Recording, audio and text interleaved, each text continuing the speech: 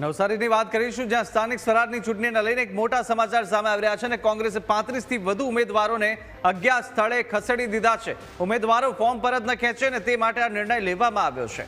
નવસારીમાં 42 બેઠકો બિનહરીફ થતા રાજકારણ પણ ગરમાયું છે અને શામ દામ દંડ ભેદની નીતિથી બચવા આવે કોંગ્રેસનો આ માસ્ટર પ્લાન અજ્ઞાત સ્થળે તમામ ઉમેદવારોને ખસેડવામાં આવી રહ્યા છે।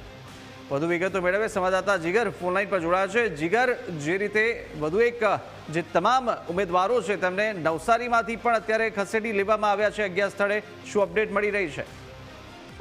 જી કિશોર, સમગ્ર વાત કરવામાં આવે તો નવસારી જિલ્લામાં છેલ્લા 2 દિવસમાં 40 થી વધુ સીટો ભારતીય જનતા પાર્ટીએ બિનહરીફ જીતી છે। ક્યાંક ને ક્યાંક કોંગ્રેસનું મિસમેનેજમેન્ટ, ઉમેદવારોની પસંદગીમાં ચૂક ખાધી છે, જેને લઈને આ સીટો બિનહરીફ થઈ છે। ક્યાંક મેન્ડેટ મોડા પહોંચ્યા છે, જેને લઈને ભારતીય જનતા પાર્ટીના ઉમેદવારો બિનહરીફ વિજેતા બન્યા છે।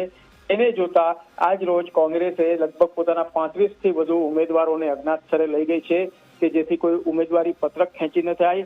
કોંગ્રેસને એના ઉમેદવારો જે છે તેના ઉપર વિશ્વાસ નથી કે એ ઉમેદવારો ચૂંટણી લડશે, એ ફોર્મ ખેંચી પણ લે, કારણ કે જે પ્રકારે ઉમેદવારોની પસંદગી કરવામાં આવી છે, શોધીને ઉમેદવારો શોધવામાં આવ્યા છે, એ જોતા ક્યાંક ને ક્યાંક કોંગ્રેસના નેતાઓને શંકા છે કે આ ઉમેદવારો પોતાના ફોર્મ પાછા ખેંચી લેશે, જેને લઈને તમામ 35 જેટલા લગભગ ઉમેદવારોને અજ્ઞાત સ્થળે લઈ જવામાં આવ્યા છે। જી બિલકુલ, માહિતી સાથે જોડા બદલ જીગર આપનો આભાર।